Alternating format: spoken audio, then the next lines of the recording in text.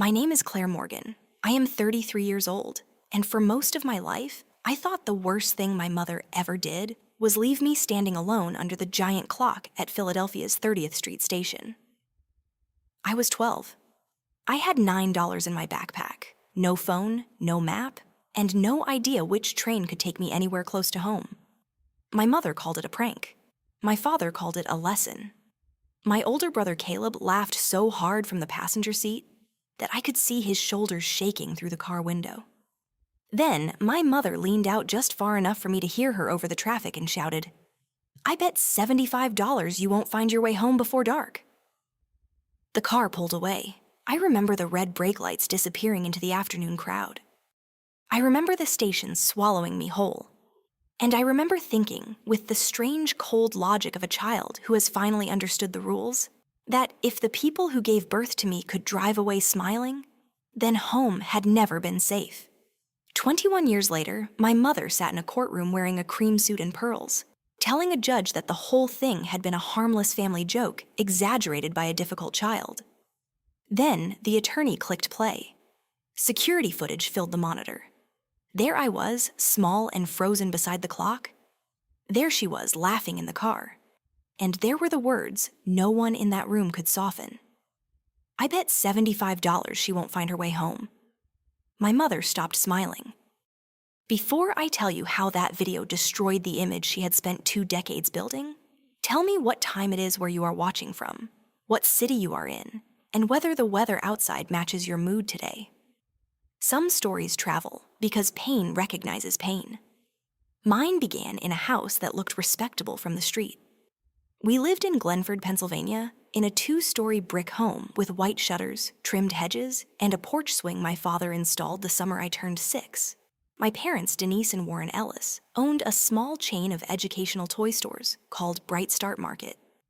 They sold puzzles, workbooks, science kits, alphabet rugs, and every possible product that made parents feel wise for buying something colorful. To strangers, my mother was warm and capable. She hosted school fundraisers. She wrote newsletters about resilient children. She gave other parents advice about discipline in a voice so gentle people leaned closer to hear it. My father was the charming one. He told jokes at neighborhood barbecues, remembered customers' names, and called every adult friend, even when he had just met them. My older brother Caleb was their proof that the system worked. He was 2 years older than me, loud, athletic, and good at making adults believe he was leadership material instead of simply good at taking up space. I was the quiet daughter. That was the label they preferred. Quiet sounded nicer than anxious. Quiet sounded easier than afraid. In our house, fear was treated as a character flaw. My mother believed children should be trained for the real world, which meant she made the real world more frightening and then praised herself for my survival. When I was 7, I cried at a grocery store because I could not find her at the end of an aisle. She had been standing behind a display of cereal boxes, watching me panic. When she finally stepped out, she said, "Now you know why children should pay attention." My father laughed and told Caleb that I looked like a rabbit caught in porch light. When I was 9, I left my library book at school. My mother drove me back after sunset, parked at the curb, and made me walk around the locked building alone to learn responsibility. She and Caleb waited in the car with the heater running. When I returned crying because a custodian had shouted at me, she told me embarrassment was an excellent teacher. At 10, I hesitated before jumping into the deep end at a hotel pool. My father told Caleb to count how many seconds it took before I begged for help. He did not let me drown, but he let me believe for long enough that my screaming became the entertainment of the afternoon. Every lesson followed the same pattern. They created fear, they laughed at the fear, then they called the fear proof that I needed another lesson. If anyone outside the family saw a piece of it, my mother translated it into virtue. "Claire is sensitive," she would say. "We are helping her toughen up." That sentence became the curtain behind which everything happened. Art was the only place I did not belong to them. I drew houses with secret doors, train tracks that led into forests, girls with wings folded beneath their coats. My teachers said I had an eye for composition. My mother said I had an eye for escaping chores. Caleb said I drew because I had no real friends. My father said art was fine as long as I did not expect it to become a life. At 12, I entered a regional student poster contest. The theme was My City, My Future. I drew a train station full of colored light with a girl standing in the center holding a map she had made herself. The poster won second place. At school, my art teacher hugged me carefully and said she was proud. At home, my mother looked at the ribbon and said, "Second place teaches humility." Caleb leaned over my shoulder and said, "Maybe if the girl in the picture had parents, she would know where to go." I told him to leave me alone. My mother heard that. She did not hear his comment, or she decided it did not matter. That night, she said I was becoming ungrateful, dramatic, and too impressed with myself. My father said success made some children soft. Caleb asked whether second place came with money, because maybe I could use it to buy a personality. I went upstairs and pressed my face into my pillow until I could breathe normally again. The next morning, my mother made cinnamon toast. That should have warned me. She was kindest before she did something cruel. She said we were going into Philadelphia as a family. Caleb needed new shoes. My father had a supplier meeting. And afterward, we would have lunch near the station because I loved old buildings. For one dangerous hour, I let myself feel hopeful. Children in homes like mine do that. They collect small, confusing kindnesses and try to build a bridge from them. We drove into the city just before noon. The sky was a flat winter gray, and the Schuylkill looked like steel as we crossed the bridge. My mother kept turning around from the passenger seat, asking whether I knew how fortunate I was. My father drummed on the steering wheel. Caleb filmed short clips on a small handheld camera he had borrowed from the store's promotional kit. He said he was making a family memories video. Inside 30th Street Station, everything felt enormous. The ceiling rose so high it made my neck hurt to look up. Footsteps echoed across the marble floor. People moved in every direction with rolling suitcases, coats, paper coffee cups, and the confidence of people who knew where they were going. My mother pointed to a tall clock near the main hall. "Wait right there," she said. "We're moving the car and grabbing sandwiches. 15 minutes. I asked if I could come. Caleb laughed before my parents answered. My father said, "You are 12, Claire. Try not to act like a toddler in public." My mother leaned close. "If you move, that will tell me you cannot follow basic instructions." So I stayed. 15 minutes became 30. 30 became 50. I watched every entrance. I counted the lights around the clock face. I read the same departure board until the letters blurred. The first hour, I still believed there might be an explanation. The second hour, hope turned into something sharp. I had $9 in my backpack from saving lunch money. I had no phone because my parents said children with phones became entitled. I knew our town name, but not the route, not the train line, not the address of anyone safe. At some point, I saw our car outside. It slowed near the curb. Relief hit me so hard, I ran toward the glass doors without thinking. My father was driving. My mother was beside him. Caleb was in the back seat with the camera raised. I waved both arms. My mother rolled down her window. She was laughing. "I bet $75 you won't find your way home before dark," she shouted. My father added, "Real world, sweetheart." Caleb leaned toward the open window and yelled, "Don't cry or you lose faster." Then the car pulled away. Not quickly. That mattered. They did not speed off in panic or confusion. They drove slowly enough to watch my face change. That was the moment I stopped waiting. I was not lost. I had been left. The difference settled into my body like ice. For almost 2 more hours, I wandered inside the station without understanding what to do. I walked to the ticket counters and away again. I stood near a police officer, then backed away because my parents had trained me to believe asking for help would make everything worse. I sat on a bench until a man sat too close. Then I moved. I checked the doors again and again as if the car might return and undo what I had seen. But the cruelest part of abandonment is the mind's loyalty to the people who left.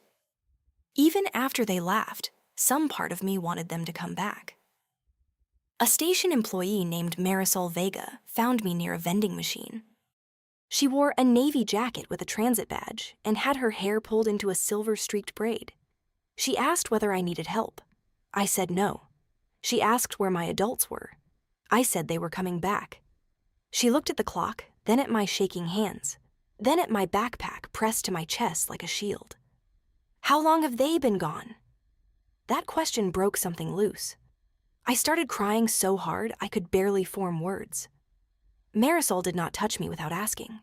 She simply crouched until her eyes were level with mine and said, "You are not in trouble. I am going to help you stay safe." Security called Amtrak police. The officers took my information, then requested station footage. I did not understand why that mattered. I only understood that serious adults were moving around me with the focused urgency my parents had never shown when I was afraid. One officer called my mother. I could hear only his side. "Ma'am, your daughter is here at 30th Street Station." A pause. "No, this is not a school discipline matter." Another pause. "She is 12 years old." The officer's jaw tightened. Leaving a child unattended in a major transit facility is not a prank. That was the first time an adult gave the thing its real name.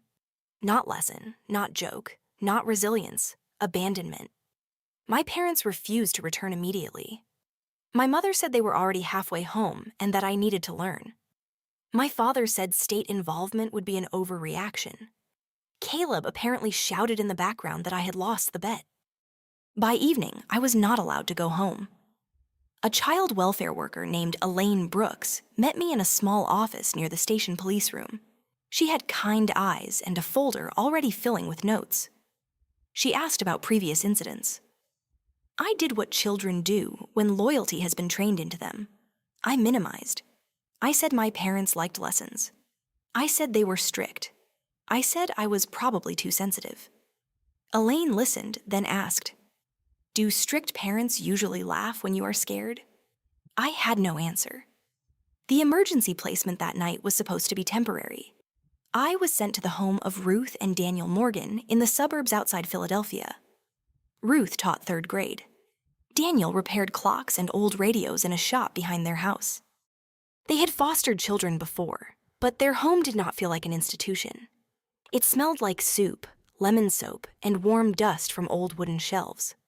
Ruth asked whether I wanted the bedroom door open or closed. Daniel asked whether I liked nightlights. Nobody teased me for not knowing how to answer. The first night, I slept with my shoes beside the bed and my backpack under my arm. At dawn, I woke in terror because the house was quiet. Then Ruth knocked softly and said, "Breakfast was ready when I was." Not now, not immediately, when I was. That was the first time I understood that safety could have patience. The court case lasted months. My parents arrived dressed like respectable people accused by foolish strangers. My mother wore soft sweaters and spoke about discipline, independence, and modern children being fragile. My father said the event was supervised from a distance. Caleb said it was funny until I made it dramatic. Then the station footage was shown in chambers. I was not allowed to watch all of it then, but I saw enough. My small body near the clock. The car slowing. My mother leaning out the window. Caleb filming from the back seat. The judge watched without changing expression. My mother's attorney tried to call it context. The judge asked what context made abandonment safer.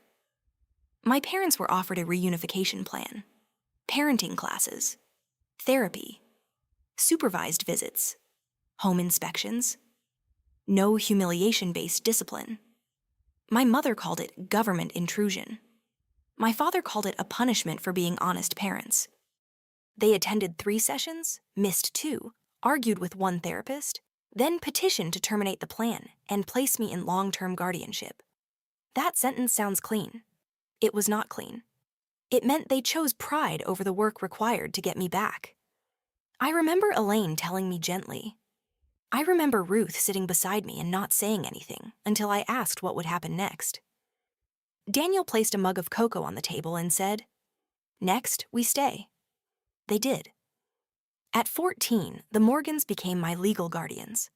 At 18, when I could choose my own name, I became Claire Morgan. I did not erase the girl who had been Claire Ellis. I gave her a last name that did not hurt to write. Healing was not beautiful at first. I hated train stations. I panicked when anyone was late.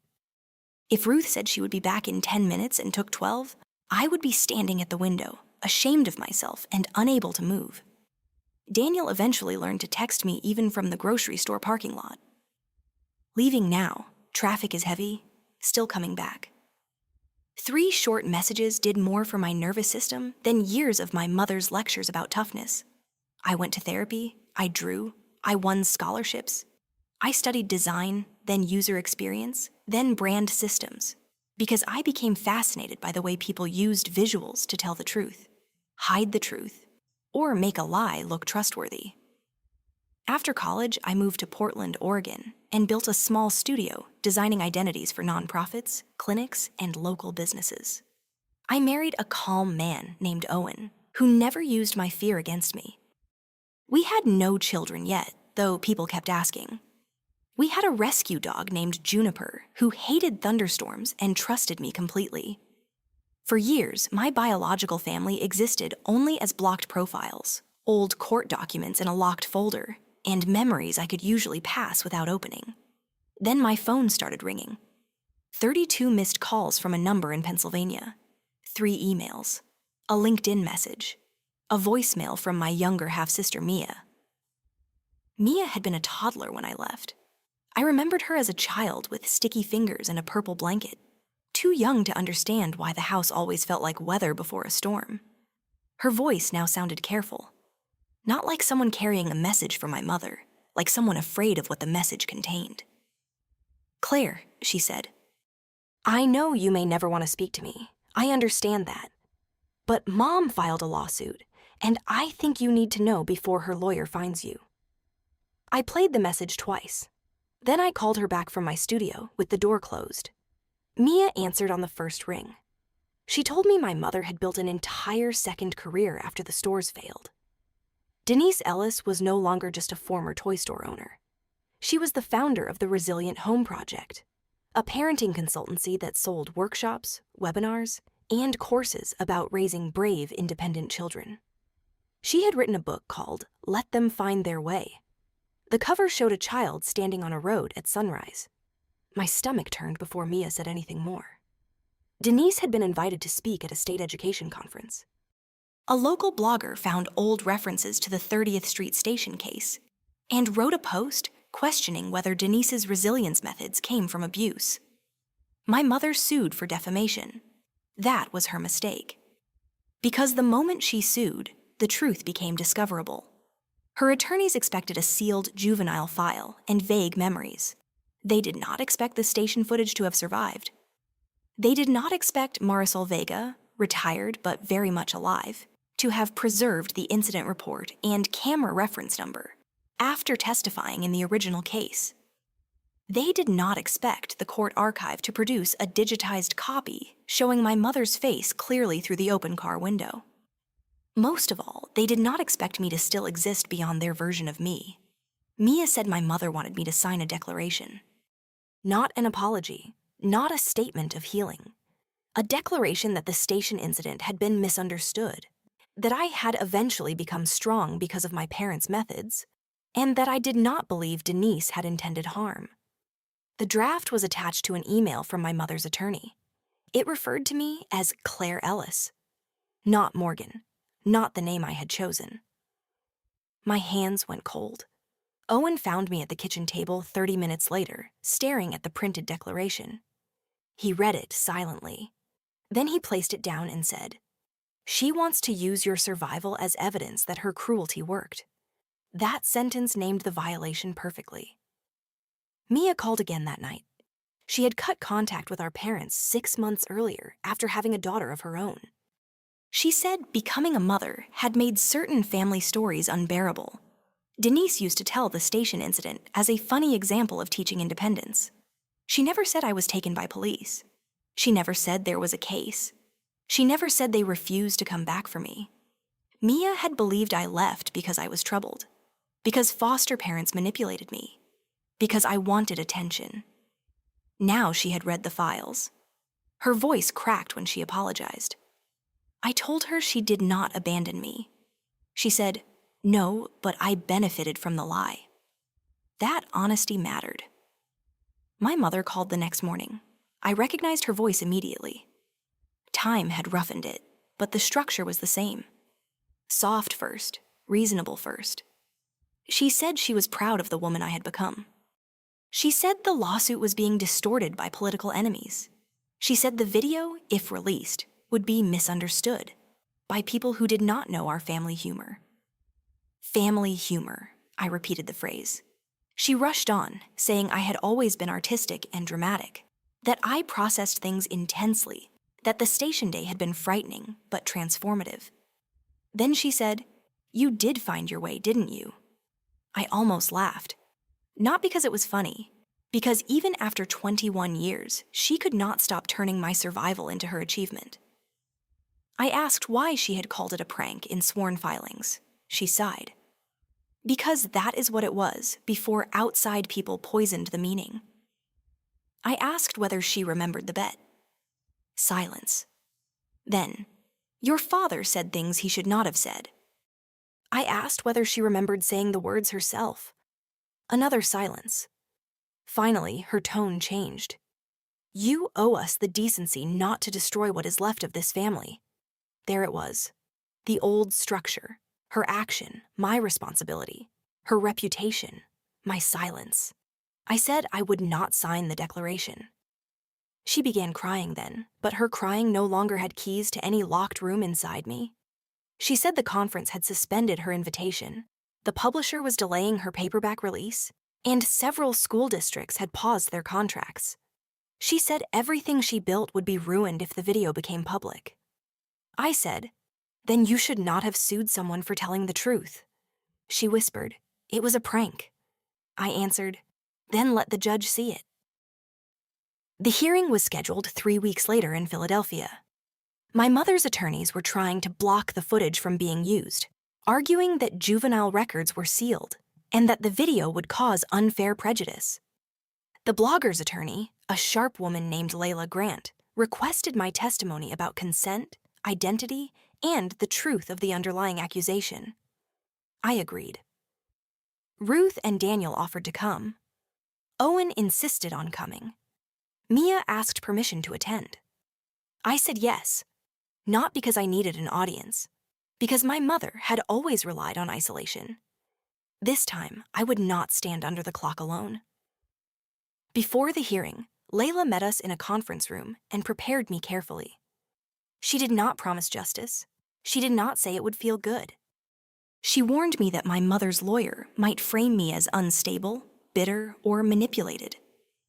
I told her I had heard all 3 words before.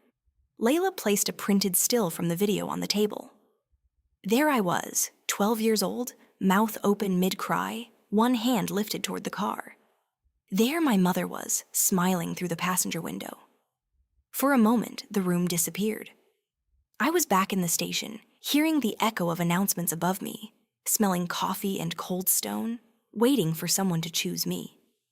Owen touched the back of my hand. Not gripping, not pulling, just reminding me that the room was now. Layla asked whether I wanted to stop. I said no. The courthouse hallway smelled like old paper and floor polish. My mother arrived with Warren and Caleb. Warren had lost weight, and the salesman brightness had gone out of him, but he still carried himself like a man preparing to be believed. Caleb looked older than I expected, broader, harder around the mouth. He had apparently become operations director for my mother's consultancy after the stores closed. He saw me first. His eyes moved over my suit, my wedding ring, Owen beside me, Ruth and Daniel behind me. Then he smirked, still performing. I looked at him and realized something strange. He was no longer larger than the memory. He was just a man who had once been a cruel boy and never developed past the audience that rewarded him. My mother approached slowly. "Claire." "Morgan," I said. Her face tightened. "Please do not do this here. You filed the lawsuit here." She looked wounded, as if logistics had betrayed her. Warren said, "We all made mistakes." Mia stepped forward. "No, you made choices."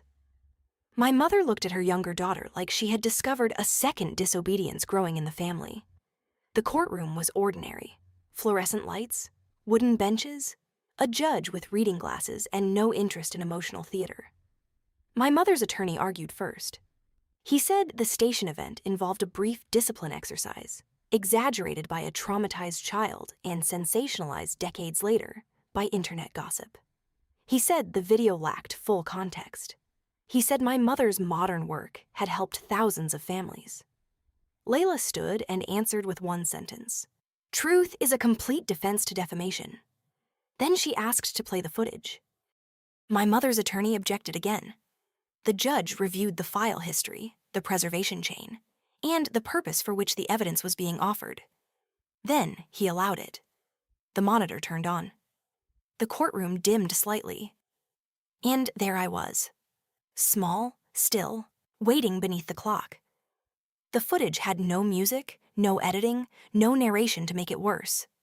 It did not need any. It showed my parents leaving me at 12:16 p.m. It showed me waiting. It showed me pacing and returning to the exact spot because I had been told not to move. It showed me wiping my face with my sleeve. Then the outside camera angle appeared. Our old green sedan rolled past the curb. My father slowed. My mother's window lowered. Caleb's small camera appeared behind her shoulder. The audio was rough, but clear enough. "I bet $75 you won't find your way home before dark," my mother shouted. My father laughed. Caleb yelled, "Don't cry or you lose faster." The car moved on. Inside the courtroom, someone inhaled sharply. Mia covered her mouth. Ruth closed her eyes. Daniel looked down at his hands. My mother stared at the screen as if she had never seen her own face without the benefit of her own explanation. The footage continued. It showed another hour of me wandering. It showed Marisol approaching. It showed me collapsing into tears. It showed officers arriving, then one officer standing still on the phone with my mother, while his expression changed from professional patience to disbelief. Layla paused the video there. "Your Honor," she said, "the plaintiff described this as a prank. The defendant described it as child abandonment. The footage speaks to which description is substantially true." My mother's attorney requested a recess. The judge granted 10 minutes. My mother stood too quickly. She turned toward me, forgetting perhaps that everyone could still hear. "You have no idea what this will do to me." I looked at her. That was always the difference between us. "I knew exactly what you did to me." Her face twisted. "You survived." "So did you," I said. "That does not make what happened to you harmless." She had no answer, because harm was a language she had always expected other people to translate for her. When the hearing resumed, the judge denied the motion to exclude the video and signaled that the defamation claim faced serious problems. Within 48 hours, my mother dismissed the lawsuit. It did not save her. Because the hearing transcript was public. Because the blogger had not lied. Because my mother had built a brand on the exact cruelty the footage revealed. The video did not go viral in the explosive way people imagine. It spread first through parenting groups, then through local news, then through education circles, nonprofit boards, and school districts that had paid Denise Ellis to teach resilience. Every article used the same still frame, my mother leaning out of the car window, smiling. Contracts were suspended. A school district canceled a 6-figure training package. Her publisher ended the paperback campaign and requested return of the advance tied to the next book. Sponsors removed their logos from her website. A foundation that had given her a family wellness grant opened a review after discovering her company had used my story in anonymized marketing materials without consent. The course module was titled, "Letting Children Navigate Fear." I read that phrase in Layla's office and felt something colder than anger. My mother had not only abandoned me, she had converted the lesson into a product. Mia found the module while helping gather documents. It included a case study about a sensitive girl left to solve a transportation challenge under parental observation. The case study claimed the girl later became more independent, creative, and emotionally flexible. It did not mention police. It did not mention foster care. It did not mention the court. It did not mention that the parents had chosen not to complete reunification. Layla referred the material to an attorney specializing in privacy and commercial misuse of personal experiences. My mother's public disaster became a legal one. Caleb called me 3 days after the hearing. I did not answer. He left a voicemail calling me vindictive, ungrateful, and greedy. He said I had ruined the family business twice. Once by not coming home. Once by telling the truth. I saved the voicemail. Mia said Warren blamed Denise. Denise blamed the attorneys. Caleb blamed me. No one blamed the people in the car. That was how I knew nothing meaningful had changed. 2 weeks later, Warren called from an unknown number. I answered because I was tired of hearing him through other people. He said he had watched the footage again. His voice was thinner than I remembered. He said it looked worse than he recalled. I asked what he recalled. He said, "Your mother thought you needed confidence." I waited. He added, "I should have turned around." I said, "Yes." He began to cry. There was a time when that would have torn me apart. Now it only made me sad. Not sorry. Sad. Because tears arriving 21 years late are not meaningless, but they are not repair. He asked whether we could meet. I said not yet. He asked what I wanted. I told him I wanted every paid course, book section, lecture example, and marketing page using my story removed immediately. I wanted a written admission that the incident was not a prank. I wanted him to stop telling relatives that the state stole me. I wanted him to send Ruth and Daniel a letter acknowledging they had raised the child he abandoned. He said that was a lot. I said, so was finding out at 12 that my parents were willing to leave me in a train station. He did not argue. My mother refused those terms at first. Then the grant review began asking harder questions. Then the publisher requested documentation. Then a school district threatened to recover fees. Suddenly, her language changed. Through her attorney, she agreed to remove every reference to the station incident from her materials. She signed a statement acknowledging that I was abandoned at 30th Street Station and later placed under court protection. But she insisted on adding one sentence about her intention being educational, not harmful. I rejected it. Layla sent back a shorter version. Intention does not change the event. My mother fought that line for 11 days. Then she signed. The public consequences continued. The Resilient Home Project closed its office. Caleb lost his position when the board appointed a temporary administrator to manage refunds. Warren resigned from the local business association after reporters asked whether he stood by his wife's parenting philosophy. Denise posted one final video, filmed in a plain room with no soft music and no branded backdrop. She said she had made mistakes as a young mother. Comments filled with people asking whether mistakes included leaving a child alone in a major train station and betting on whether she would return. She deleted the video. Mia cried when she told me. Not because she wanted our mother protected from consequence, but because watching the lie collapse meant grieving the family she thought she had. I understood that. The truth can free you and still hurt on the way out. Months passed. My life in Portland became quiet again, though not exactly the same. I started taking the train sometimes. At first, only one stop. Then 2. Owen came with me the first few times and read a book beside me as if nothing extraordinary were happening. The first time I stood alone on a platform without panic, I texted Ruth. She replied, "Still coming back was true then, and it is true now." I saved that message.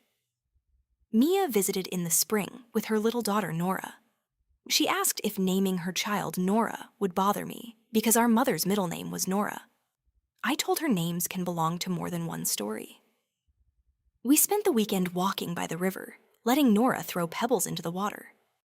Mia apologized again for believing the version she had been given. I told her belief is complicated when lies are handed to children by adults who control the room. What mattered was what she did after she learned the truth. She did not ask me to reconcile. She did not ask me to forgive Denise or Warren. She only asked whether we could build something that did not require pretending. I said yes. Almost a year after the hearing, I returned to Philadelphia for a design conference. I could have avoided 30th Street Station. I did not. Owen offered to come.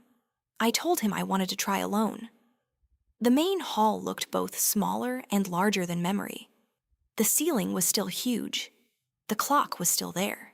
People still moved as if every person carried a destination like a private truth. I stood beneath the clock where the girl in the footage had waited. For a moment, I let myself see her. 12 years old. Backpack pressed to her chest. Trying so hard to obey people who had already broken the role they were supposed to play. I wanted to tell her that she would not get home the way her mother meant. I wanted to tell her she would reach a different home. A better one. One with Ruth knocking before entering. Daniel writing still coming back on sticky notes when she needed them. Owen asking what she wanted instead of deciding for her. Mia finding courage late but honestly. A life where her name would be spoken with care. Marisol Vega met me at the station coffee shop that afternoon. Layla had helped us find each other. Marisol was older, her braid fully silver now, but her voice was the same. She apologized for not doing more. I almost laughed through tears. "You did everything," I said. She shook her head. "I did what the job required." "No," I told her. "You did what my parents didn't." She reached across the table and squeezed my hand. Not too long, just enough. She told me she had remembered my face for years. Not every day, but whenever she saw a child waiting alone too long, she looked twice because of me. That knowledge softened something I had not known was still sharp. My suffering had not made my mother wise. It had not made Caleb kind. It had not made Warren brave. But it had made Marisol look twice. Sometimes that is the only meaning pain deserves. Not a grand reason, not fate. Just one person choosing to protect the next child because they remember you. Denise sent one letter after her company closed. It came through Layla. I read it in my studio with Owen nearby. She wrote that the world had misunderstood her. She wrote that she had been raised harshly and thought she was preparing me. She wrote that public humiliation had been unbearable. Near the end, she wrote, "I hope someday you understand that I was trying to make you strong." I folded the letter and placed it in the folder with the old footage still. I did not respond. Because my strength did not come from what she did. It came from everyone who contradicted what she did. Marisol saying I was safe. Ruth asking whether I wanted the light on. Daniel texting that he was coming back. Elaine Brooks naming the abuse in a file. A judge refusing to call abandonment a prank. Owen taking my hand without pulling. Mia choosing truth over comfort. My mother did not make me strong. She made me endangered. Other people helped me survive. And I helped myself become whole. That difference matters. People who harm children love claiming credit for the adults those children become. They say, "Look how strong you are," as if strength is proof the wound was necessary. It is not. A scar is not a thank you note. Survival is not consent. Healing is not evidence that the harm was useful. If you were left, mocked, tested, or made afraid by people who called it love, I hope you hear this clearly. You do not have to keep their language. You can rename what happened. You can call cruelty cruelty, even if they called it a lesson. You can call abandonment abandonment, even if they called it a prank. You can build a family from people who come back when they say they will. My mother thought the security footage would ruin her because people finally saw who she was. But for me, the footage did something else. It proved that the little girl under the clock had told the truth. It proved that my memory was not dramatic, distorted, or ungrateful. It proved that the car really slowed, the window really opened, The bet was really spoken, and the laughter was real.